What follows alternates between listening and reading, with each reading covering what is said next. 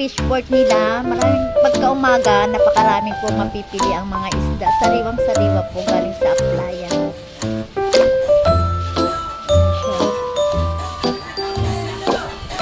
Gagala ko kayo dito guys. Ayan, mamili tayo ng isda.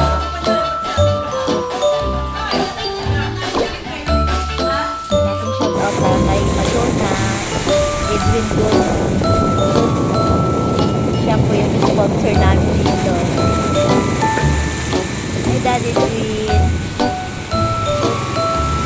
Guys, ang apply ng Barangay Bitiho. Pag umaga guys, ang ganda siya tignan. Ang lamig ng hangin dito sa Infante Quezon. Kaya dito guys, super ganda talaga. Sulit ang ating bakasyon. Dito naman sa Dihanican Beach.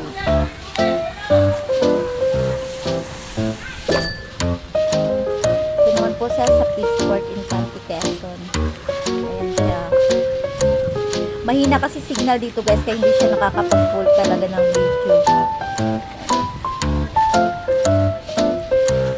Maganda talaga dito. Dito yung fishport. Mahina kasi ang signal. Sa akin ng people spread. Kamusta kayo lahat? Sa mabuti kayong kalagayan. Don't forget to subscribe my YouTube channel guys. Thank you for watching. Diyan kami matutulog guys. So, sa kubo na to. Dito kami matutulog yan. Naantay lang namin yung caretaker na darating. Mamaya. Dito kami po matutulog sa kubo na yan. Sa dati pulo daw po yung may-ari. Ha? Don't forget to subscribe my YouTube channel guys. Don't forget to thank you so much. God bless us.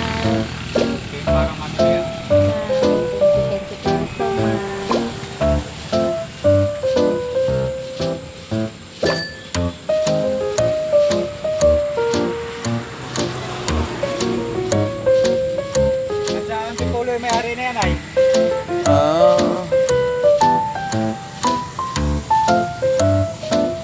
Puro yung ano na yan. Dito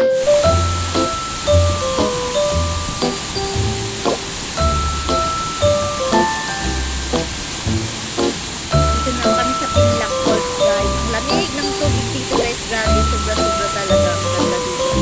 Grabe. Ang ganda ng falls nila. Ang linis.